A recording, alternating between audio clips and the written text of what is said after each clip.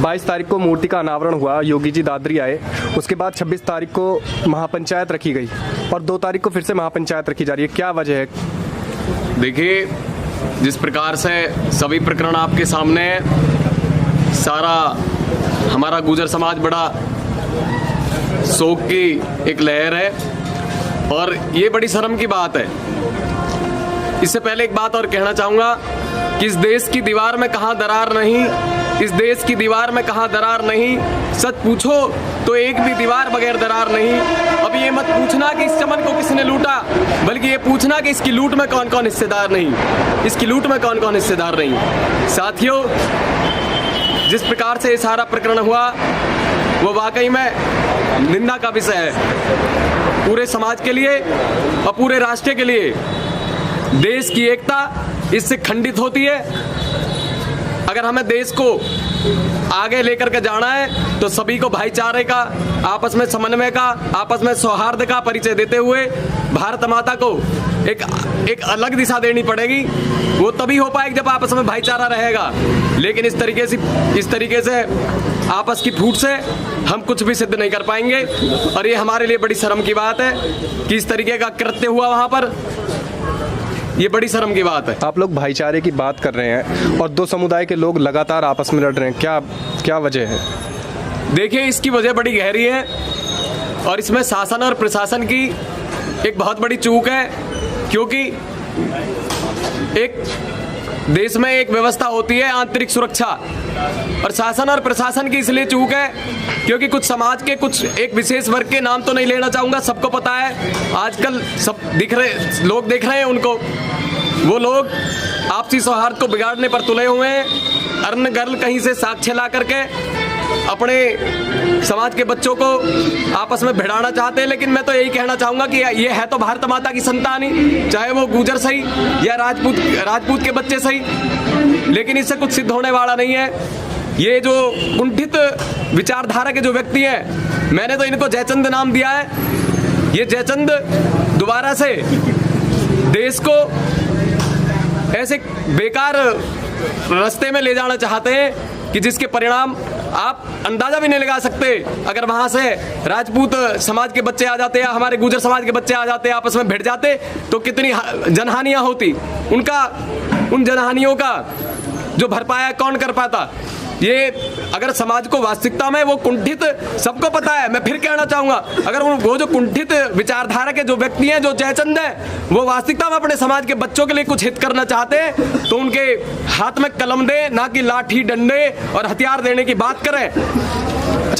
देखिए, मैं फिर कहना चाहूंगा, ये जो व्यक्ति है एक वो है, हमारी हिंदी में एक वो आती है कि अधजल जो गगरी है वो छलकती जाती है। तो समाज के कुंठित लोग हैं, क्योंकि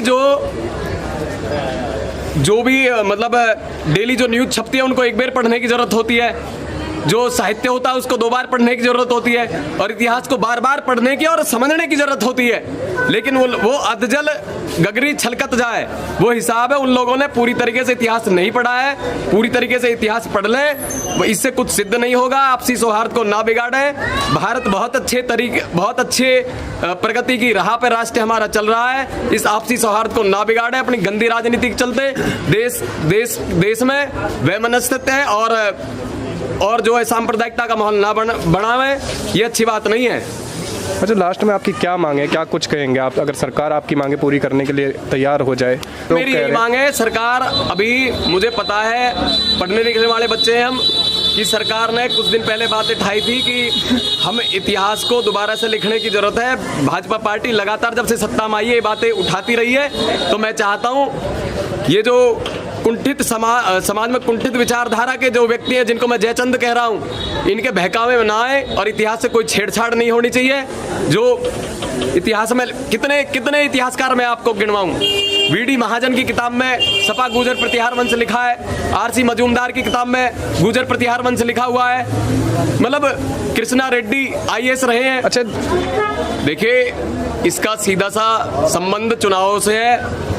मैं 2 टूक बात करता हूँ, किसी पार्टी से मेरा कोई मतलब नहीं है, ना ही किसी से कोई लालच है। जब चुनाव आते हैं तो ये जो गुट बन जाते हैं हमारे आपस में, एक कि हमारे बच्चों का कोई राजनीतिक हितैषी नहीं है। वहाँ ऐसे शब्द सुने हैं कि मैं अगर शासन या प्रशासन का कोई उच्च अधिकारी उन शब्दों को सुन ले कि ये कैसे समाज में जहर घोल रहे हैं तो गारंटी से उनको जेल हो जाएगी। और मैं तो कहता हूँ ऐसे व्यक्ति को देशद्रोह आर्टिकल 124A के तहत उन्हें बंद कर देना चाहिए। अच्छा, आप चुनाव की बात कर रहे हैं, अगर इसी तरह से विवाद चलता रहा तो आपको क्या लगता है विधानसभा चुनाव में कितना फर्क पड़ने वाला है? देखिए, फर्क तो क्या है, जो भी है, समाज काफ़ी रोष व्याप्त है हमारे समाज में भारतीय जनता पार्टी को लेकर के। पार्टी का नाम आखिर मुझे लेना नहीं चाहिए था, पर फिर भी मैं बता रहा हूँ, काफ़ी रोष व्याप्त है। क्योंकि ये कृत्य कहीं तो मतलब मैं जब उस दिन रात को बारिश हुई थी तो मैं बाजार में ही था, तो वहाँ पर मतलब बड़े बड़े उच्च अधिकारी आए थे पुलिस के, करीब करीब निगरानी करने के लिए मूर्ति का अनावरण से एक दिन पहले करीब करीब मुझे लगता है करीब उस समय 10-12 गाड़ी आई होंगी उच्च अधिकारियों की। तो मैं जब कल को मुख्यमंत्री आने वाले हों जिस प्रोग्राम का, तो वहाँ तो कोई कुछ भी कृत्य कर सकता था, बम भी फिट कर सकता था। तो फिर वो मैं कहता हूँ वो काली कैसे पुत गई आखिर, ये बड़ी सोचने और समझने का विषय है। अच्छा, देखिए, जो व्यक्ति, पहली बात तो जब उस समय पत्थर पर काली पुत गई थी और व्यक्ति अपनी निजी हितों से ऊपर नहीं उठ पाए, अपने राजनीतिक स्वार्थ और लाभ के चलते वहां पर उन लोगों ने उसका विरोध नहीं किया, मुख्यमंत्री जी को अवगत नहीं कराया, या अवगत था तो फिर ऐसा क्यों हो पाया। तो मैं ये कहता हूँ, और फिर रात को अंधेरे में आकर के उसको कर जाते हैं, तो ये समाज की ताकत है कि समाज के सामने उन लोगों को झुकना पड़ा है, चाहे उनके पास धन बल सही या बाहुबल सही, लेकिन वो तब भी रात के अंधेरे में अगर आकर के नया पत्थर या शिलान्यास करके जाते हैं तो ये समाज की ताकत है। और इस ताकत को सरकार को, सत्तारूढ़ सरकार को भी समझना पड़ेगा। अच्छा, जो लोग कह रहे हैं, मतलब जो लोग इस मामले में गिरफ्तार हुए हैं, तो आप उनके पक्ष में हैं या नहीं? नहीं, ये बिल्कुल गलत हुआ है। जिन लोगों ने माननीय मुख्यमंत्री योगी आदित्यनाथ जी के जो नाम पर कालिक पोती है, ये बिल्कुल सही नहीं है। और ये इसी कारण से हमारा देश पीछे है।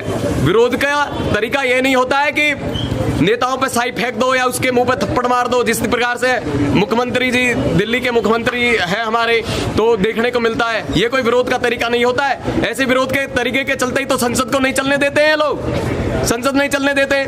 आज ये सोच रहे हैं कि पत्थर पर कालिक पोत करके हम दूसरी पार्टी के बढ़िया बन जाएंगे, समाज को इससे कुछ हासिल होने वाला थोड़ी है। ये अच्छा नहीं हुआ है। ये जो कालिक पोती गई है, इसकी पूरा हम गुर्जर समाज, जो भी पोती जिनने पोती है वो पूरा गुर्जर समाज नहीं है, वो 4-5 व्यक्ति है जो भी है चिन्हित करके शासन ने, प्रशासन ने उनके खिलाफ कार्रवाई करी है।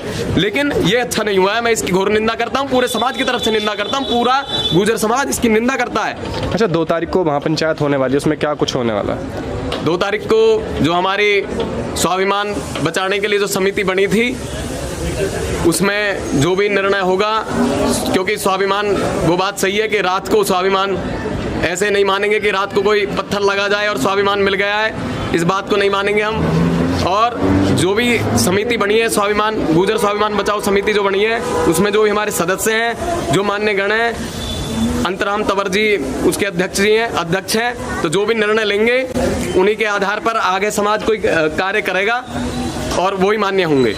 तो मैं एक बात कहना चाहूंगा, आपसी सौहार्द को बनाए रखें। फिर भी उसी बात को कहूंगा, इससे कुछ हासिल होने वाला नहीं है। ये बहुत ही शर्म की बात है कि पहले भी हम आज़ादी से पहले भी यहाँ पर शक आए, कुषाण आए, हूण आए, तुर्क आए, मुगल आए, फ्रांसीसी आए, डच आए, अंग्रेज आए, सबने भारत को आखिर क्यों पिटता रहा ये देश?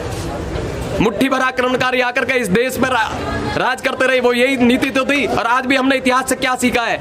इतिहास का अर्थ इसमें नहीं है कि इतिहास को पढ़ लिया जाए और उसका गुणगान और महिमा मंडन किया जाए।